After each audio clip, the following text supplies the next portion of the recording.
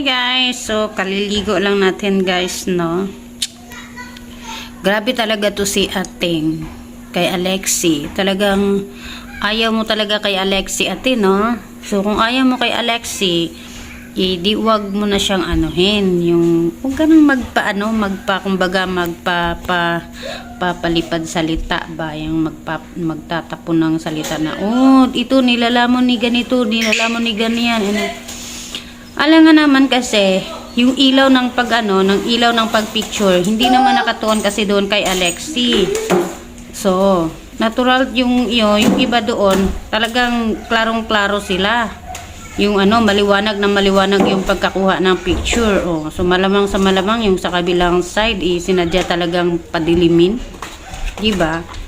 Alam naman nila na na black beauty si Alexi, talagang sinadya yung ilaw na hindi matuon doon, kaya ayun. So hindi nagkaroon ng bright light yung sa side nila. Oh, tapos sasabihin nilamon daw, nilamon. Wag kang hintay ka lang, wag masyadong magmamadali. Kalma lang, darating tayo diyan. So hindi pa naman nag-uumpisa yung labanan, kaya wag masyadong kampante na nilamon na yun si Alexi.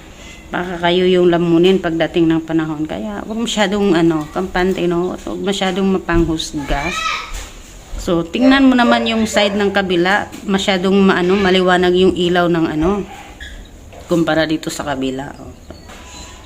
Hintay lang, kalma lang, hindi pa nag-umpisa yung laban. Oh, para mag-ano ka ng ganito ganyan, nilamon. Ay nako talaga. Kung ayaw mo, huwag ka nang masyadong maraming salita. Hintayin mo na lang yung araw ng labanan para doon na talaga makita kung sino ba talaga yung nilamon.